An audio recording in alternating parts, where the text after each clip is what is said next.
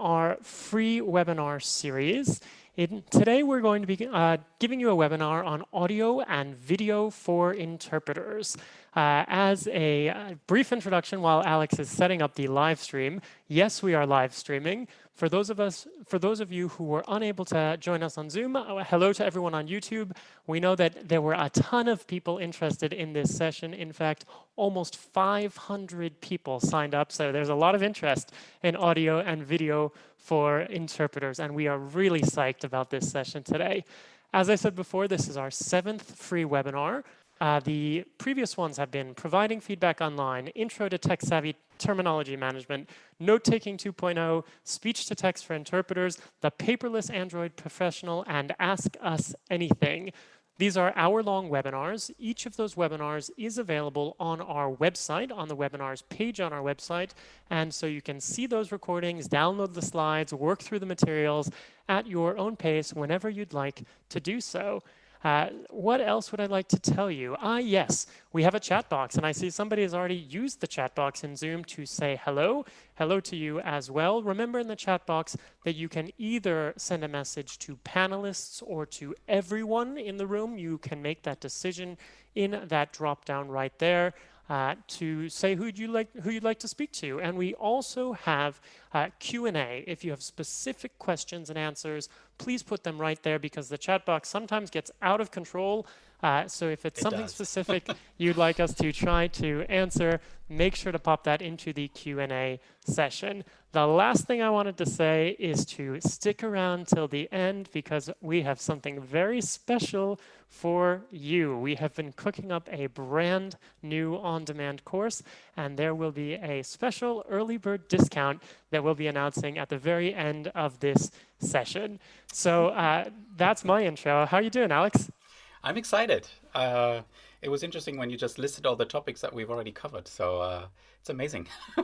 And it's always been fun, and I'm sure today's going to be fun as well. So why don't we dive in? Yeah, I'm psyched. So as far as I can tell, the live stream's working, so that's good. Hello to everyone joining us on YouTube. Yes.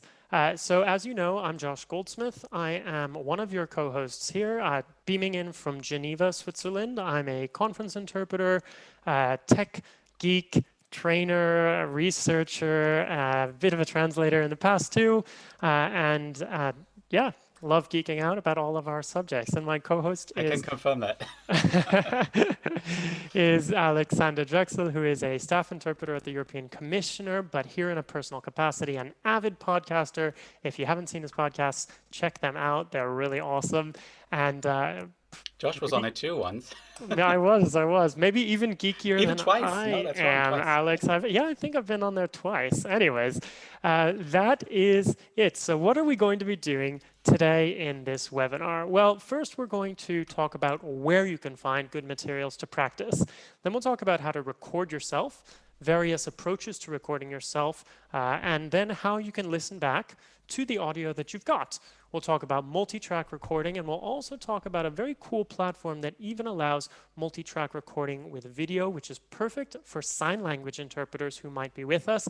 I know that there are quite a few people who work with sign languages who have been following our work as well. And then finally, we'll wrap things up by discussing how to get good audio for purposes perhaps other than interpreting or things that are ancillary to your work. So that's what's in store. And as always, we thought we'd kick things off with a little bit of an interactive session. So we do try to make these as interactive as possible. And here's your first poll question.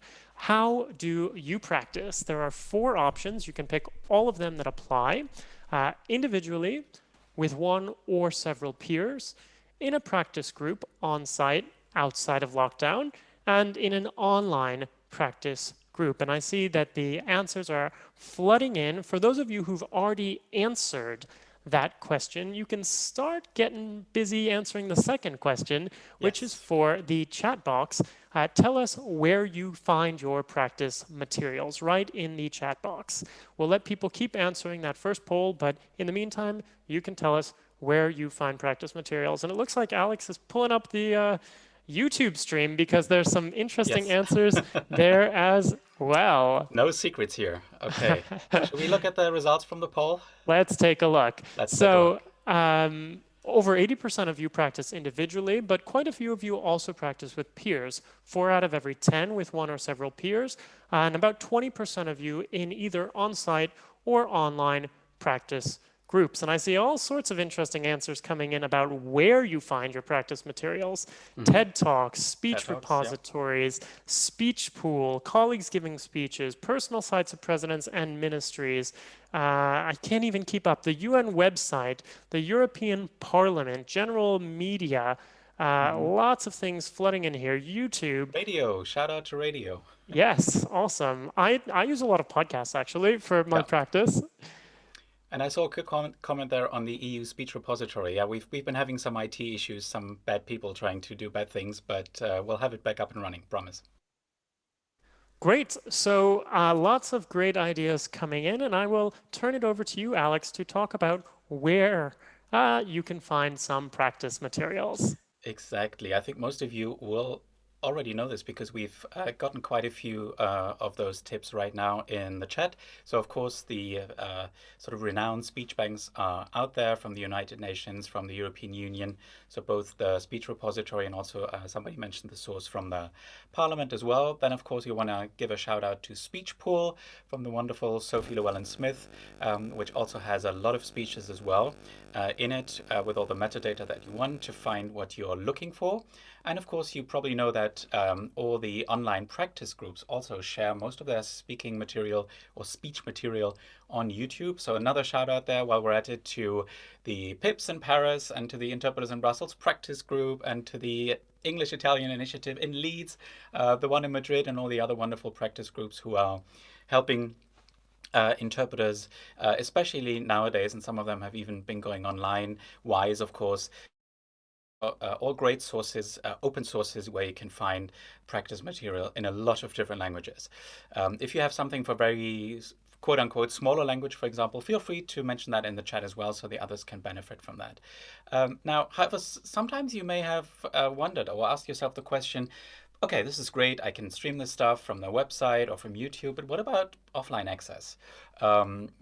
What if I don't have a reliable internet connection, for example, and I want to be ready and I want to be able to practice? So first of all, if this is material on YouTube, then you may know that you can get what is called YouTube Premium. So it's a subscription, and that allows you to download YouTube videos in the app, which is quite nice. And also it gets rid of all the ads that are on YouTube, which is also a nice benefit. However, if you don't want to do that, there are other possibilities as well. But actually, first of all, we wanted to hear from you and wanted to see whether you download speeches off the internet for this. So here's our next poll, which we are going to ask you. Do you download speeches off the internet? So please reply with the option or options that apply to you. How do you feel about that? Because, you know, copyright is a tricky subject these days. And of course, interpreters are very aware of copyright issues because sometimes our interpretation gets recorded for all kinds of purposes. This is not a copyright seminar today. It's not a legal seminar. So that's the disclaimer. No legal advice here. But we wanted to feel the temperature a little bit and just see what you think about this. And we see the answers are coming in. We have a lot of people downloading, in fact, speeches of the internet. So if you have a good method for that, I'll share one, but feel free to sound off in the chat as well and share that with everybody else. We have a few people replying that they don't think it's okay. Yes. Some of you don't know how to do that. And some said you don't need that. That's fine too, because you can have offline practice material or all the other sources as well that we just mentioned. So what I'm going to do is I'm going to end this poll and we are going to have a look at the results. Here they are. So you can just refer back to this. Yeah, so I think this is a sort of fairly stable picture that I just mentioned.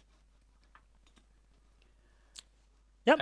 Yeah, did you have anything? Sorry, I thought you were going to. No, I was just going to say, I Say- think it's an say something interesting about it. Okay. reflection of how Yeah. people feel about it.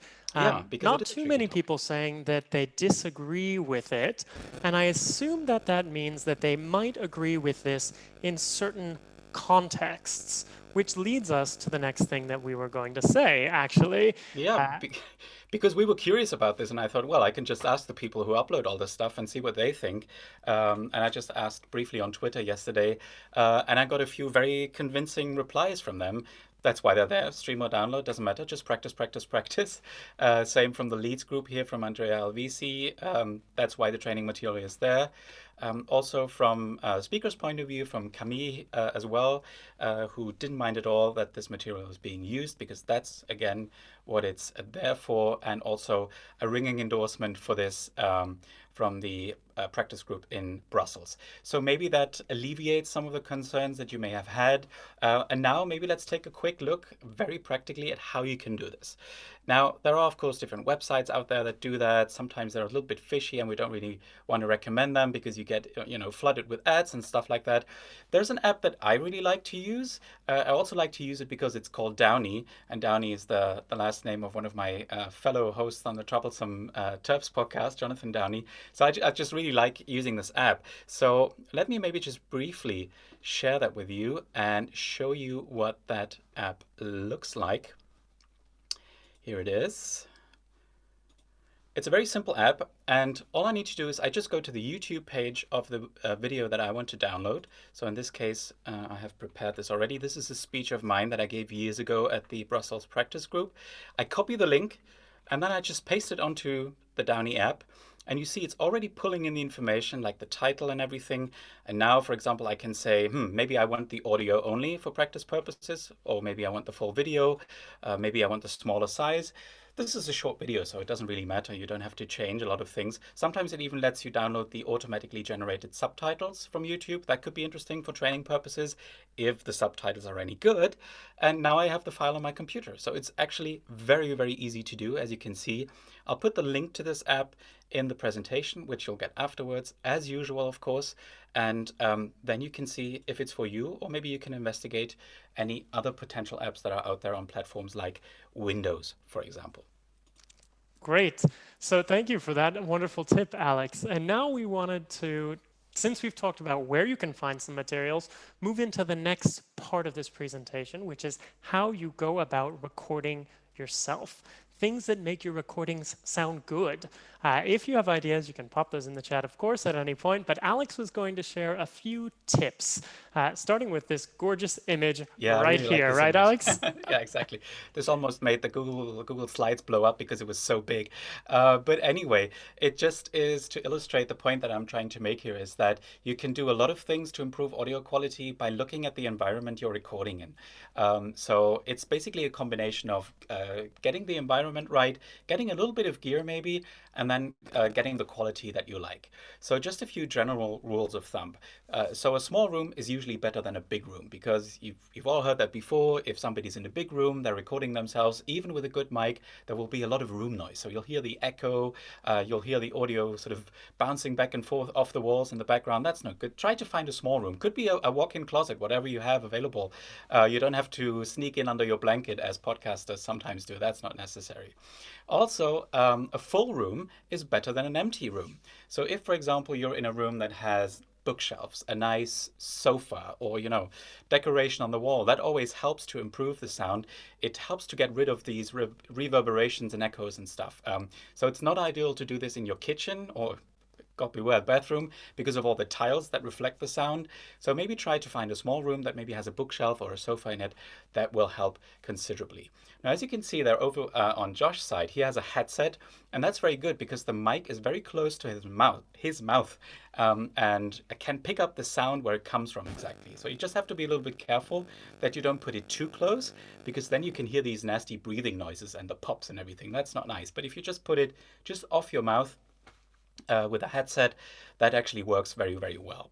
Then, of course, there's always a bit of a question going on, especially with RSI now and people, potentially doing this from home. There's the question, should I get a headset or should I get a dedicated mic and use a pair of headphones along with it? That's a bit of a philosophical question, I guess. I usually recommend just keeping it simple. So just get a good headset. There's lots of recommendations out there. We'll get you some later on in this webinar. If you want to go a little bit more professional, or you kind of know what you're doing, or you're willing to read up on it, that's fine too. You can get a dedicated mic. I would recommend a USB mic that you can just plug in to your Windows or Mac computer. USB is usually easier because the computer just recognizes it more easily. With the audio jacks, you can sometimes have issues, so it's not that easy. Get a USB one. There are good sort of reviews on YouTube or on the web in general. So if you look at reviews for podcast mics, for example, those are optimal for voice. So that's what you want to be using for interpreting or related purposes. If you just have your earbuds or your sort of small headsets with the earbuds from your smartphone, that's not as great as a professional headset or a dedicated mic, but it's much, much better than just using the built-in mic in your webcam or in your laptop. Because as you probably know from Zoom calls that you've joined or just from previous experience, is that a built-in mic usually sounds awful, very awful. So that's just one comment here. Again, we don't recommend you go out and spend lots of money on gear. Try to work with what you got and see if you can improve the results with other strategies as well at first. So that's sort of the difference as well between the headset or a mic headphone combination. If you get a dedicated mic, it makes sense to have it on a stand or maybe even a boom arm that is off your table, because otherwise you get, if you knock it against the table or you type on your keyboard, that can be distracting too. And just in terms of a light, if you add video to the mix, just a few tips on light. So make sure you get good light from in front of you. So please don't sit with the window in your back, but just turn around. So all the beautiful natural light from the outside can get in and light your face. Otherwise, people will just see a dark silhouette, and that's just not fun. Or just use some kind of artificial light that you have.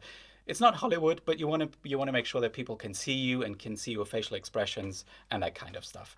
So just very briefly, very quickly, that are some recommendations for working on improving your audio quality. Awesome. Thank you, Alex. Great tips. We're about to move into another poll. We've decided to split the polls up over the course of the session this time where they fit. So we're going to be talking about different tools that you can use to record yourself for practice and for other purposes. And so we'd like to launch this poll, which is, which of these tools have you used in the past? And there are 4 options in the poll: Audacity, GarageBand, a voice memo app, whatever you've got on your phone, or some other platform that allows for dual channel recording or multi-channel recording like SkickRec, GoReact, or some other type of platform like that. So I see you guys are fast on the draw today. We've got 55% of the answers in already, coming up on 70%. Wow, this is great. And the winner for the moment is the voice memo app on your phone. No big surprise. It's Yes. nice and easy to work with. We'll give you another 5 seconds or so to vote, and then we'll go ahead and close that poll. I mean, it's as they say for a camera. The best camera is the one you have with you, and the best recording tool is the one you have with you, which is probably the voice memo app on your phone. Because you can use it wherever you are. Yep. If you're off practicing somewhere, you can use it there. If you're in the booth and you want to record your own output, just to listen back at some point to say, well, how am I sounding? It's a very good idea to listen to your actual performance. And you can just hit that button on your phone and take a listen later on and see what it's like. I actually have a few colleagues who do this religiously. It's pretty interesting. So we'll go ahead and show the results of the poll now. 77% of you said you use the voice memo app or some comparable app on your phone. 43% of the people here with us right now have used Audacity. And then smaller numbers, about a fifth of you have used SkickRec or GoReact or something like that. And a little under 10% have used GarageBand. We are going to show you how to use some of these tools over the course of today's session. Indeed. And the winner was the voice memo app. And in fact, that's where we wanted to start. We wanted to start with what you're doing if you're doing consecutive interpreting, because quite honestly, for consecutive, it's pretty simple to record it. You listen to the original, then the original ends, and then you deliver your rendition. So it's as simple as pressing a button and recording. And so one of the simplest solutions is that option right on your phone, your built-in voice recorder app. It's nice that you can save those. You can save them to your files if you want to have a portfolio of your work. That's quite cool. And very, very easy to use, to work with, to go back and forth, and so on. Of course, you can use other tools for this as well, but this is a really simple option if you're doing consecutive, and one that we would recommend on that front. Now, we're not going to show you how to use a voice memo app on your phone because we think that's pretty intuitive. In fact, 4 out of 5 of you have already done so. Because we've got limited time, we really wanted to focus on what happens when you have multi-track audio and show you a few demos of that. But first, a tip from Alex. Yeah, exactly. Before Josh shows it in sort of practical terms, just a very simple tip for aligning several audio clips. That's an old podcaster trick, actually, is when you record on various ends, so you're having a conversation through Skype or Zoom, and everybody's recording their stuff locally. So you could do the same if you have, for example, the trainer and people sitting in different booths, is you can count down from 3 to 1 and then all just clap. Once, twice, 3 times, whatever you like. And that clap just generates a big spike in the waveform, so you can actually see it when you have the tracks in your audio editor program. We'll see that in a minute. And then just using these spikes in the waveform, it's very easy to align the different tracks so you get the proper recording starting point, basically. So just as a quick trip, a quick tip for alignment. Awesome. I didn't know I was going to demo the clap, but I will do it. No, I mean, we will just see the waveform. That's what I'm saying. Sorry. Not to I put can you on the demo it spot. too. It works fine with me, Alex. Yeah. So the first tool we wanted to start with was Audacity for multi-channel recording. And a lot of people have used Audacity, probably because it's free and it's open source and cross-platform. So it works on Windows, Mac, Linux, and others. It's pretty much omnipresent, and it works pretty well. It's got a lot of features, quite honestly, for an open source program, and you don't actually need that many of them to do interpreting practice. So what I'm going to do right now is just show you Audacity on my screen. So this is the interface that I have for Audacity. It's a little bit different than what you saw from Alex's example just a second ago. And as you can see, there are various tracks here. In fact, I've got the original track, which I imported into Audacity, and then I've got my audio track. And this audio track, as you can see, has 2 channels right here, and it is the rendition that I had. So I just wanted to demo this a little bit earlier, and I said, okay, I'll pick a speech at random. It's actually a speech from the UN repository because of what I'm showing you later, and I would record just a little bit of it. And so here's what it looks like. You can see that it's very easy to mute a channel. I'll show you in a second when I play it back how that works. So you're only listening to a given channel at a certain time. And you can also click solo, so only that channel plays. Now, that's not all that important for 2-track audio, but when we get to multi-track audio, 3 or more tracks, that could be very interesting. So let's have a listen. We'll see just what it sounds like. I'm going to mute my rendition first so you can hear the speech that I pulled out of the UN digital repository for you. Merci bien, Monsieur le Président. C'est un honneur pour moi de prendre la parole devant votre auguste assemblée. So nice and simple, as you can see. I've got this here. And if I want to listen to both tracks at once, I can do that as well. So I'm just going to hit play with both of them. So here's the original in French. Merci bien, Monsieur le Président. C'est un honneur pour moi de prendre la parole devant votre auguste assemblée pour un peu évoquer notre expérience. Now, you might be thinking that's a little bit difficult for me to actually work with, to listen back to, and so on. We'll be talking about that in just a minute, how you set up the different tracks so you can put panning, so one's in your left ear, one's in your right ear, and so on. But for the moment, I just wanted to give you an introduction to how this simple tool works, and then we'll get into the more complicated stuff in just a moment. So as I said, this is a cross-platform tool, and now Alex would like to tell you about one of his absolute favorites. Right, Alex? I'm just going to unmute myself and switch back over to our presentation. I was just taking a quick trip over to the YouTube page and saying hello to everyone joining us there. So quick shout out once again. Yeah, just to complete the picture, I think Audacity is a great tool. And, you know, it's great that it's available for free. It's open source and it works on many different platforms. So go out and use it. I just wanted to say that personally, I really like using GarageBand for audio on Apple devices. GarageBand, as you probably know, is made by Apple, so it's available. Usually, I think it's available for free if you have an iPhone, an iPad, or a Mac. So you can go to the Apple App Store and download it from there. And it's basically, it works similarly to Audacity, as you know. I think it looks a little bit better, and for me it's easy to understand. I find Audacity very frightening somehow. I've never really used it. So GarageBand works very well for this as well, whether it's just simple one-track recording yourself, whether you're putting in the original audio of the speech, listening to that, recording yourself at the same time. That's possible too. Or whether you have a bunch of different recordings from the same original speech, you can throw them all into GarageBand in individual tracks. You can align them, you know, using the clap track, for example, or just by, you know, playing around with it, and then you can listen back to it simultaneously. So that's very easy to do. I'm not going to show it now in the interest of time, but just to let you know that if you've seen the GarageBand icon on your Mac or a mobile device from Apple, don't be afraid to open it. Take a look. It's very easy to use. You just have to make sure you turn on the metronome, because turn off the metronome, because it's a music app.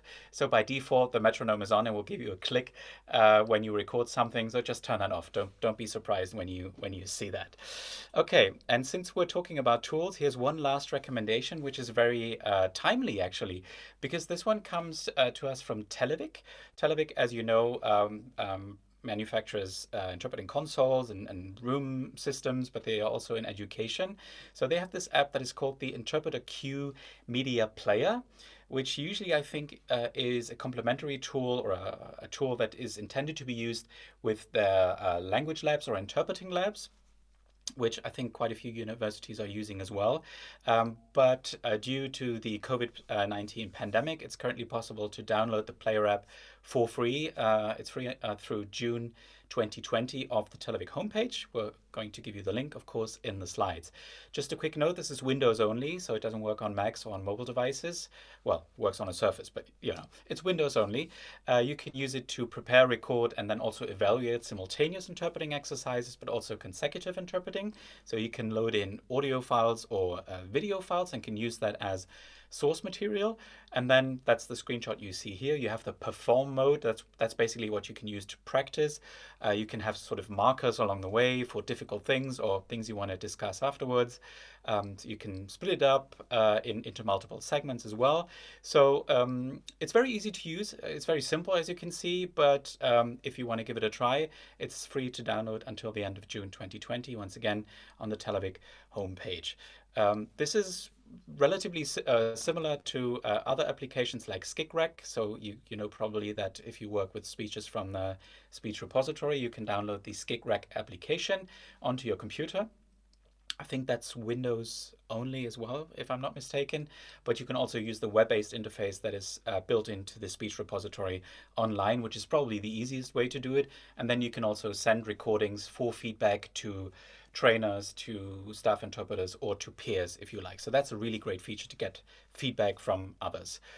So it's mainly focused on the universities, of course, that have cooperation with Skik. So just as a quick additional mention for this.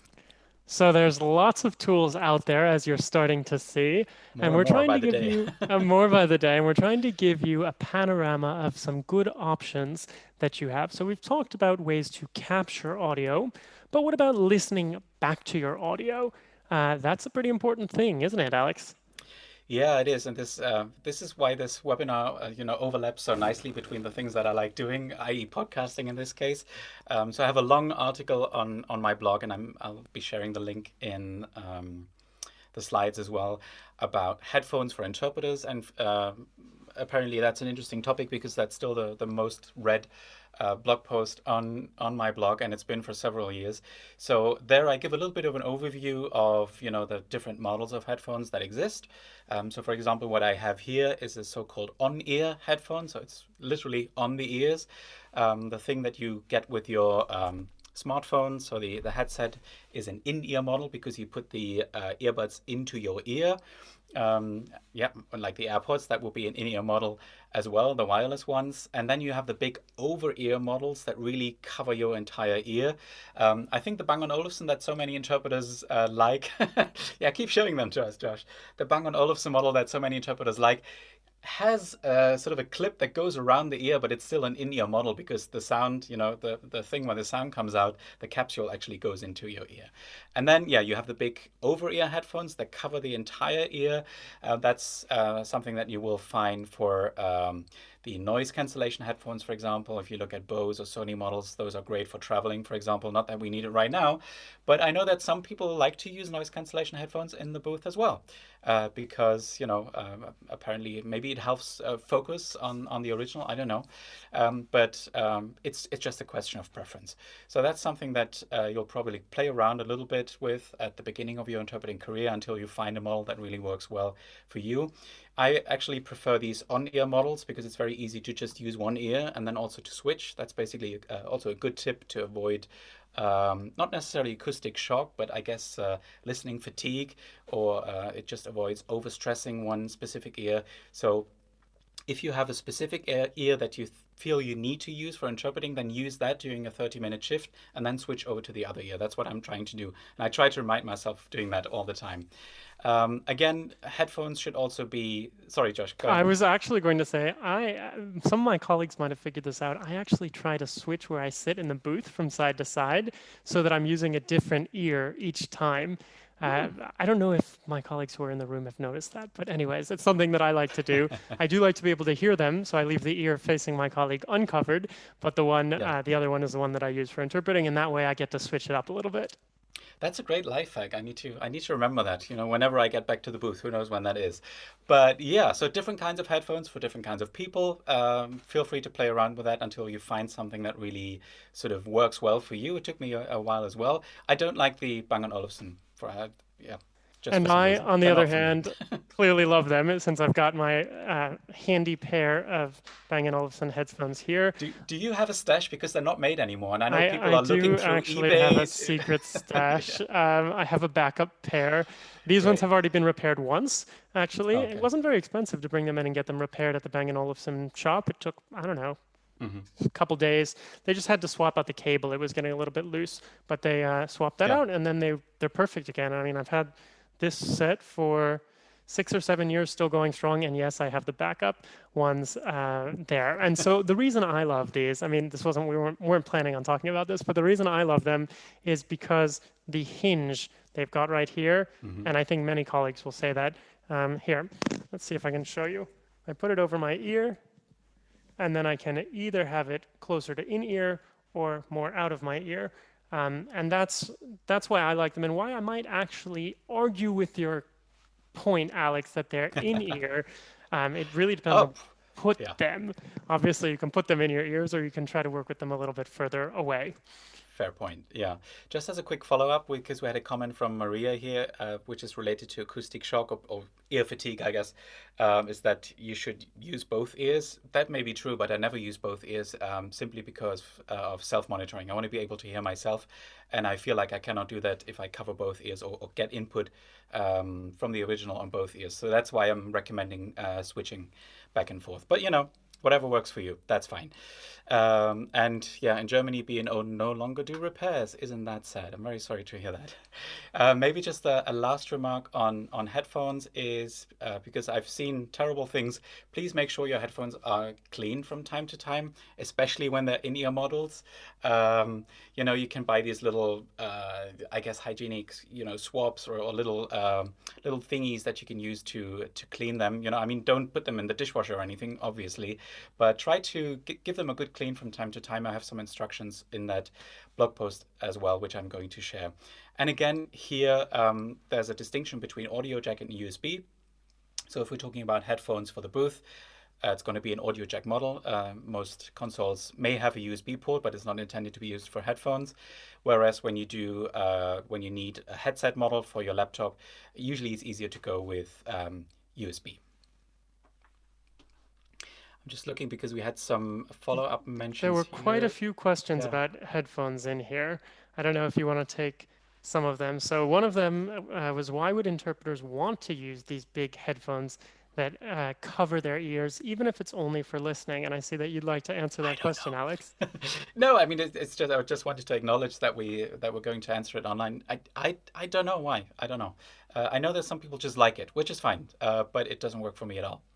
It's Yeah, just I mean, and you get sweaty, you know, in the booth. It's warm. I really don't like it. I can't do it. I'm a minimalist personally. I mean, Yeah, even and they're this, big, clunky.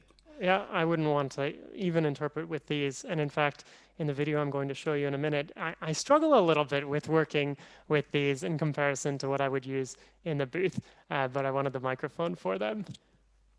Yeah, exactly. That's a good point. And I see a good question here from Aude Valérie about gaming and broadcast headsets. The problem that I have with gaming headsets is they are usually very big, very heavy and clunky, and not very pleasant. So I imagine it would be easy to start sweating underneath the headsets. And I think the issue is also that sometimes the sound is very bass heavy, and that's something that I really hate. I wanna get a clean sound. So I would never recommend you buy any of these super heavy bass headphone models, because I try to get a clean sort of neutral sound, and then I use the sound controls in the console to get a sound that works for me, because sometimes you have to make a few adjustments. And I'm very happy that somebody mentioned the bone conduction headsets. Thank you, Jose. I actually tested these a while ago, and for those of you who don't know, we're getting long on this one. Anyway, this is fun to talk about. So bone conduction means that you don't cover the your ear with the headphone, but it's a special model. Usually it's one of these sort of headband models that goes around the ear and then not attaches, but sort of touches on your cheekbone. And it doesn't have a speaker in there, but it transfers the sound waves directly onto the cheekbone. So you basically hear it. It sounds weird, but you kind of hear it inside your head. So it's not using the traditional ear canal or channel to pick up the audio. I'm not doing a good job of explaining it, but there's a blog post on my website as well. I've tried it. The problem is usually that you need to charge these headphones, these bone conduction headsets, because they need an amplifier in it to work properly. And I don't want to be using something that needs charging. That's the reason why I'm not using wireless headphones, because I just don't trust the battery. Even if I know it lasts long, even if I know I just charge them, it's just too much of a risk for me personally, I have to say. I saw one person in the chat is saying that she likes the big over-the-ear headphones because they help her to focus, basically cutting out distractions. So there's lots of different views. I think everyone has their personal preferences. In any case, we've been talking about the hardware side of listening back, and now we'd like to talk about the software side. So how you listen back to your recording. And last week, I told people that in our Ask Us Anything session, I started talking a little bit about the UN exam and how I trained for that. And I told you that I would give you more of an example of how I did that. And so I'd like to tell you a little bit about how I did that. So I'm just going to pull up one page. And the page that I'm going to pull up is the UN Digital Recordings portal. Now, this is not the same thing as the UN Web TV page, which is what a lot of people are familiar with when they go looking for UN recordings. The UN webcast, or the Web TV, is audio and video. The thing about that, though, is that you usually only get just the original, the floor language, and often the English. So those of us in the English booth will be memorialized for all eternity on that page, but you don't get the other channels there. The good news is that the UN has a very little known portal where they've got tons and tons and tons and tons of recordings in all of the languages of a meeting.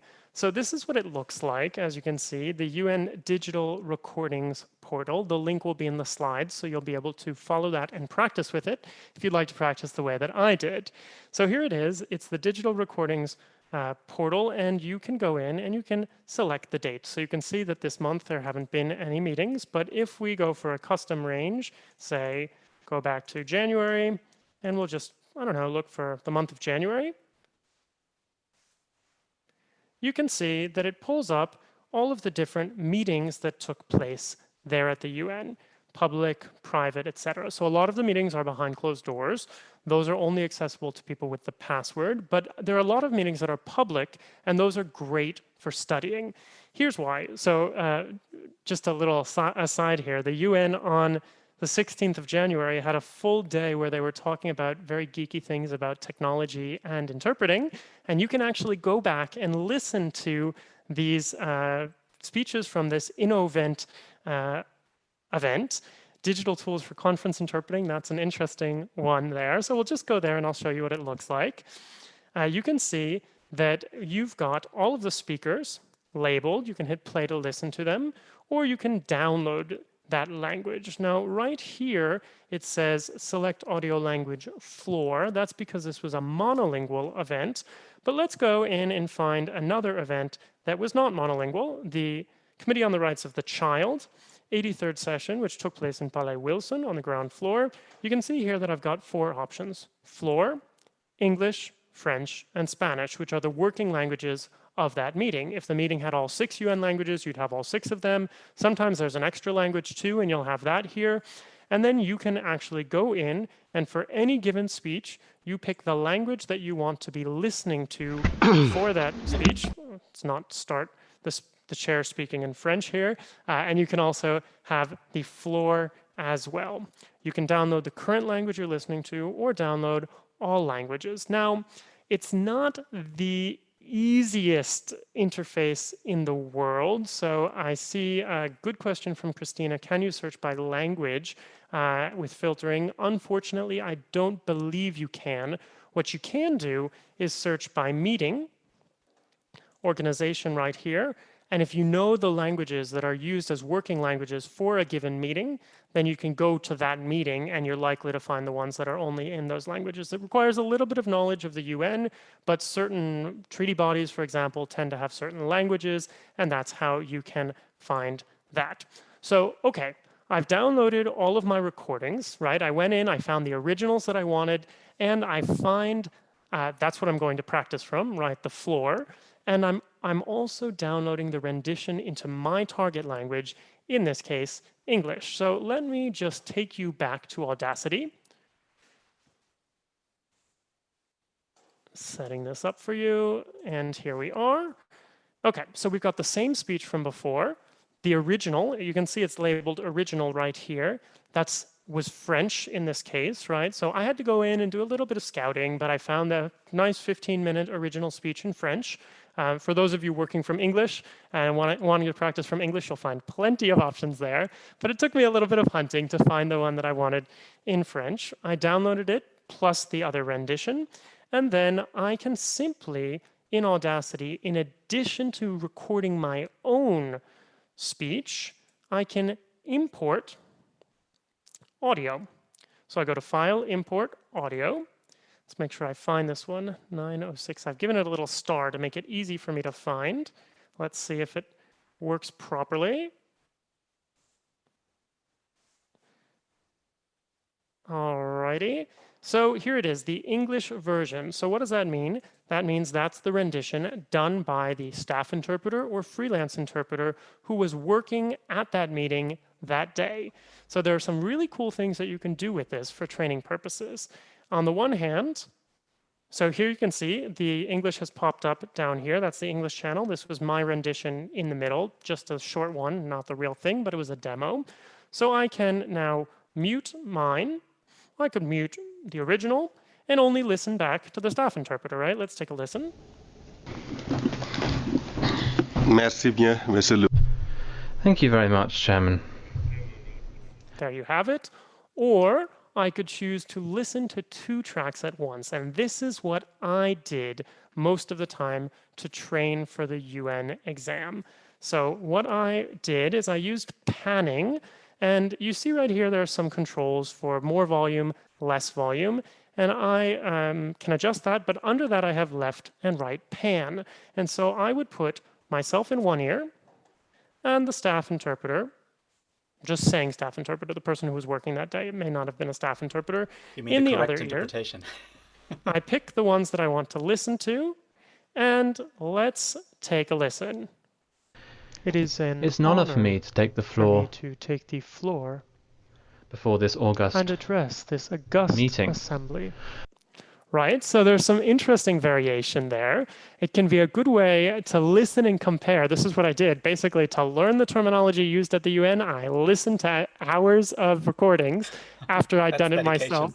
Hey, it's dedication, but I mean, a lot of people ask how you do it. It's not an easy exam to pass, but this is what I did. And of course, you can also choose to, for example, put the original on the right ear, mute the staff interpreter, and just listen to myself in the original. En matière de gestion de la dette publique. And so I'm not going to go into detail. It's just an example, right? We're not going to listen to Josh's demo rendition here, but this is how you do it if you want to have multi-channel recording and compare yourself. So there are a lot of potential ways that you could use this, right, Alex? Absolutely. So I'm just going to flip it back to our presentation here because I wanted to briefly let those of you who are Mac users know that, of course, you can also do this in GarageBand. So GarageBand also has this panning feature. So once you have all your tracks lined up there, you can go into the individual settings for these tracks and you can pan it from left to right.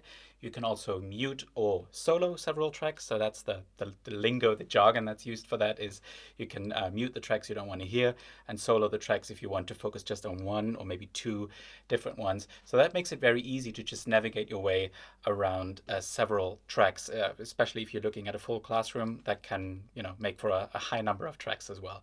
But I seem to remember Josh had yet another tool that he wanted to share with us. I do, but before I wanted to just piggyback on what you said about looking at a full classroom, because here's something really interesting for the teachers out there or for the people working with practice groups. You can all have your tracks right there and you can compare. The teacher could compare different people's renditions. You could use this for teaching purposes. All right, let's listen to Josh. Now let's listen to Alex and see what they did. Let's listen to them both at the same time and see how they address this difficult point. So lots of interesting ways that you could play with multiple channels. Okay, so and multiple tracks. Here's the tool that I wanted to refer to now. It's a tool we've mentioned a few times before, and we do have some YouTube videos about this. It's called GoReact. It's a very interesting platform because it allows you to record video next to video and also to add all sorts of feedback, which we're not going to talk about today, but it's got a feedback interface. But it's a very cool platform also for sign language interpreting. So I'm just going to flip over very quickly and now show you an example of me. This is my actual practice. You can see me sitting in a t-shirt at home with my eyes closed, thinking hard, working on Portuguese, which is my language I'm adding for this little demo speech. This is the GoReact interface right here. And you can see I imported a speech from YouTube. And now I have audio controls on each side, right? I can turn this person down or up. I can mute myself or listen to myself. And let's just have a listen for a second, and I'll show you how I did that. Qualidades pessoais e ao seu dinamismo potenciarão o crescimento.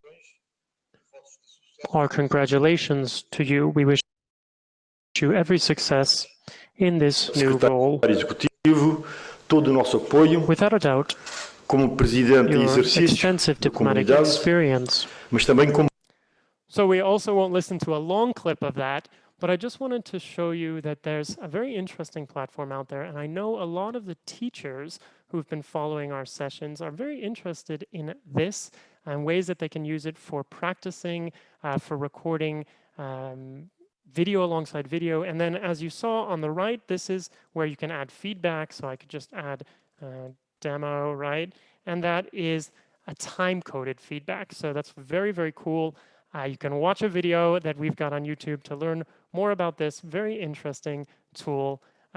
for working with audio and video. And indeed, as I said before, it actually it came about because it was used for sign language teaching in its early days and for sign language practice. Absolutely. Okay, so we're getting closer to the end of this webinar. So let's briefly look at a few other sort of audio-related topics that we wanted to put into the webinar, sort of in a grab bag kind of way, because we did get some questions from you. And by the way, if you ever have any question around the topics that we usually cover, please feel free to share them with us. This really helps us. So, for example, we have covered recording and sort of training and peer practice stuff. But of course, this is also very useful for what we're doing right now is online video conferencing. It's just much nicer if you can improve your audio quality, if people are actually able to see you on a video call, see your reactions, you know, facial expressions, that kind of thing. Then also, if you decide to do more RSI and move in that direction, it's really good to know a little bit about the different headsets, different options that are out there. And for this purpose, we will be sharing a few video reviews with you from Tamba, who looked at lots of different models. And I know that some of the people in the audience have just taken delivery of new headsets today. So congratulations on that. I hope it's working well for you. Also, now that you have better audio quality, you might want to think about getting voice samples or maybe even interpreting demos on your website for marketing purposes. I know that that is something that quite a few interpreters do. And if that's something that you've been looking into, well, maybe now is a good time to do that. Now, depending on the software that you use to run your website, usually it's not very complicated to embed audio in it. So usually it's already built in if you're looking at something like Squarespace, for example, or if you have a WordPress blog or a WordPress powered site, either it's already built in now, I'm not sure, or you can find a plugin that makes it very easy to just upload the audio and then add it to your website. And also, now that you have good audio quality, that will certainly help you if, for example, you are going to take part in the EU accreditation test, which has a pre-screening phase where you have to interpret online, basically, with a pre-recorded speech. So if you have a good headset, if you have good sound, of course, that makes it easier for the jury to listen to you and to give a good judgment on your interpreting quality. And, you know, they won't be distracted by bad audio. And that's exactly what you want, because you want to convince them of how good an interpreter you are, obviously. So just as a quick recap here, we've covered this before in the webinar. And again, we'll give you the links and the YouTube references as well to these headsets. We've mentioned that USB usually works best. It's less of a hassle. Maybe don't use wireless devices because of the charging issue. Sometimes it causes latency, so a sort of delay. It's also very useful if you have a volume and mute switch in line, so in the cable, because it can just keep that handy and adjust the volume as you go, or maybe mute yourself when you need to cough, for example. Also, we will provide you with a link to an article written by Barry Olson on the headsets that ZipDX are recommending, which is one of the RSI platforms. So that gives you plenty of material to work with and do further research. And this, I think, brings us to a Q&A. So if there are any questions left over, feel free to put them in the Q&A form here on Zoom. And I see that Aude Valérie said she'd like a demo of SoundCloud, if we can have that at one point. Yeah, maybe we can, but SoundCloud is another good way of uploading audio to the web. So it's basically like YouTube, but for audio. So a lot of podcasts use it, a lot of musicians. Just soundcloud.com. You can take a look for yourself, and maybe that's a platform that can be useful to you. Yeah, I see some questions also, people finding us for the first time, wondering how they can continue to follow us. We've got a mailing list. Feel free to sign up for it. It's on our website, techforward.com, so you can find us there. Some other questions in the chat. Let's see. One was about Edivate. I'm actually not familiar with Edivate. Alex, have you ever used it? We'll have to look into it and get back to you on that one. We will, yes. Yeah. And then there are some questions. I think that's Right. Yeah, just one last so thing, many maybe. things. Yeah, go ahead, Alex. The DIY headset mic plosive filter. Yeah, so plosive is the P sounds and the T sounds. I think that can be fixed easily by just moving the headset mic a little bit. Sort of don't have it in front of your mouth. Just put it a little bit to the side. That also makes for a more natural sound because it doesn't feel like you're actually sort of very close to somebody's mouth. So just get it a little bit out of the way. Usually they have some kind of built-in plosive protection in there, or they have these foamy bits on top that help a little bit. But the best and most effective is usually just get it out of the way a little bit. So just do some test recordings on your laptop or your smartphone, and just see when it sounds right, and just make sure you get it in that position. That usually works best. There are a few questions in here about acoustic shock. We talked about it a little bit in our last session in our Ask Us Anything session. So in the interest of time, I think we'll refer you back to that and maybe circle around to it later on to have a longer discussion. I know a lot of people are very interested in that topic. Some people are asking, can you have a copy of the slides? Absolutely. That's actually a question that's on YouTube, so I'm trying to multitask everywhere. Yeah. The answer is yes, you can have a copy of the slides. All of the slides are posted along with all of the videos from our live recordings. And I think you wanted to have one more little plug there, right, Alex? Yeah, this is, I just see I need to clean up the slide a little bit, but this is where we'll put a few further links for further reading. But I actually would like you to take us home, Josh, because you have a rather important announcement to make. And while you do that, I'll get to some of the questions in the Q&A and the chat. All righty. So first of all, a little bit about what comes next. Now, you may have heard this before if you've been with us for other sessions, but we like to tell you about all of the ways that you can continue to learn with us. First of all, as you can see, we've got lots more free webinars coming. This was number 7 in an ongoing series, and we've got lots of other ideas in store.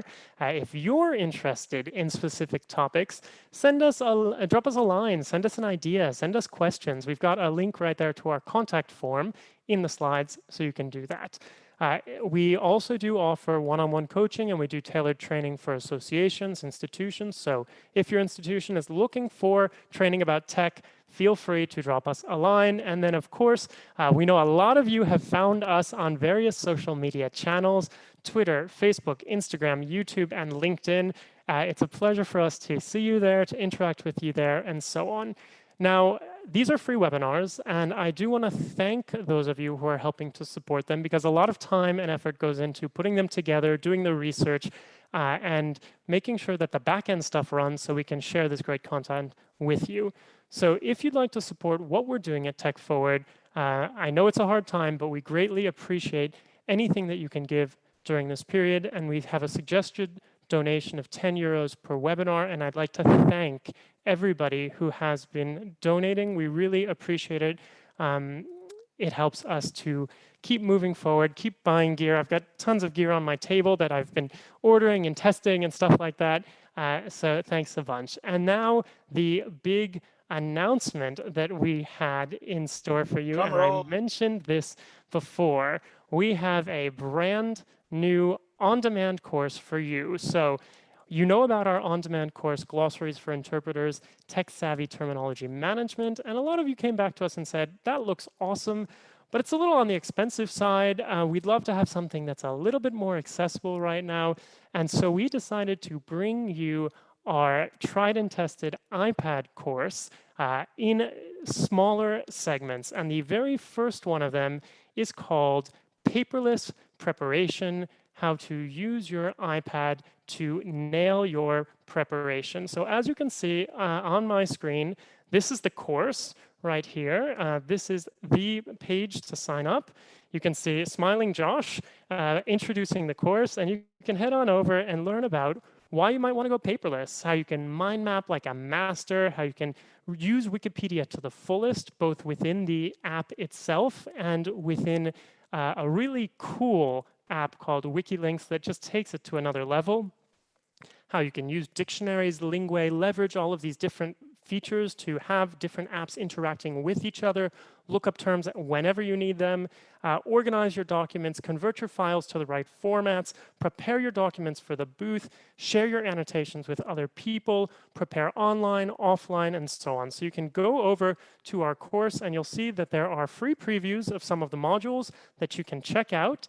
If you'd like to see a little bit more, there's Q&A there, and there's also a special offer that we're running. So this is your opportunity to snap it up. We've got a 10% discount for the first 10 people to purchase this course.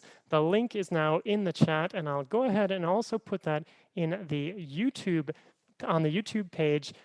So those of you who would like to take this course can do so. So there's a good question here. Is it only for iPad or is it for Mac? This is a course specifically about iPad. We've decided to take our training and separate it. So that's why we had an Android course a few weeks ago. This one's on iPad specifically. If you don't have an iPad yet, we love them, we recommend them, and this will give you a good introduction to why you might be interested in getting one as well. So that's it from me, and I'll now turn it over to you, Alex, to wrap up.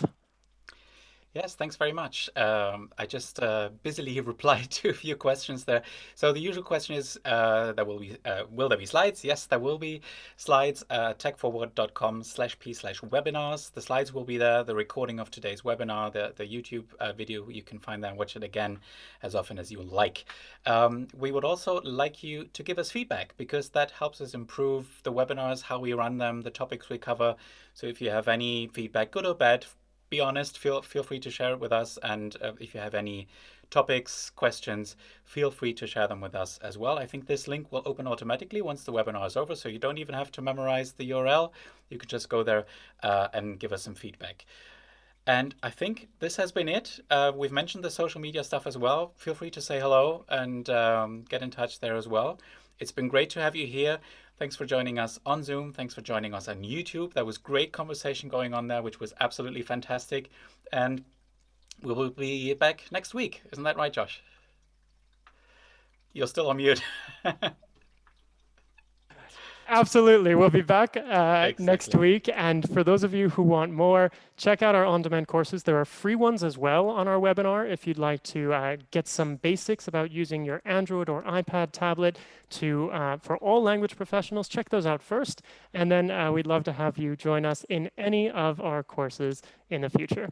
In the meantime, have a wonderful day and see you next week. Stay safe. See you soon. We'll stop the streaming and